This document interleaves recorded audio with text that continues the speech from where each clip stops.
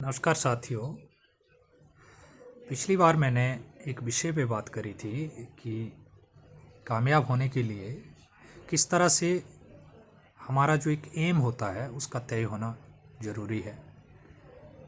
उस कड़ी को अगर दोस्तों थोड़ा सा आगे बढ़ाऊं अपने युवा साथियों के लिए, क्योंकि हम भी बड़े संघर्ष से आगे निकले हैं और बहुत से अच्छे अच्छे बीच में मित्र हमें, जो हमारे सीनियर लोग होते थे, वो हमें मोटिवेट करते थे और कब हमें मंजिल मिल गई पता ही नहीं चला। क्योंकि जीवन में अच्छा सानिध्य होना बड़ा ज़रूरी है। जब हमें अच्छे मित्रगण मिलते हैं, अच्छी संगत मिलती है, तो कहते भी हैं कि संगत ही रंगत लाती है।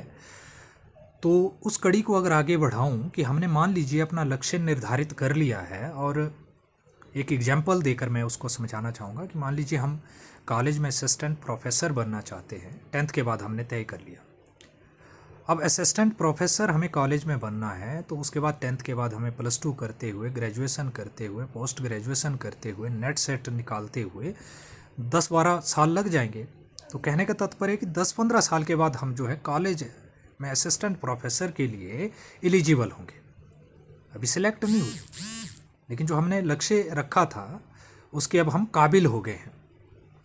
और ये जो 10-15 साल है वो हमारे कैसे गुजरे लक्ष्य निर्धारित होने के बाद, अगर सच में हमने लक्ष्य निर्धारित किया और उसके बाद अगर हम जो दूसरा स्टेप है उसमें अनुशासित रहे, डिसिप्लिन में रहे, तो फिर जो नेगेटिव चीज़ें हैं हम उनसे ऑब्वियसली दूर रहेंगे अगर डिसिप्लिन्ड होंगे। क्योंकि होता ये है, हम भी कॉलेज यूनिवर्सिटियों में गए, बहुत से अच्छे लोग भी मिले, बुरे भी मिलते हैं।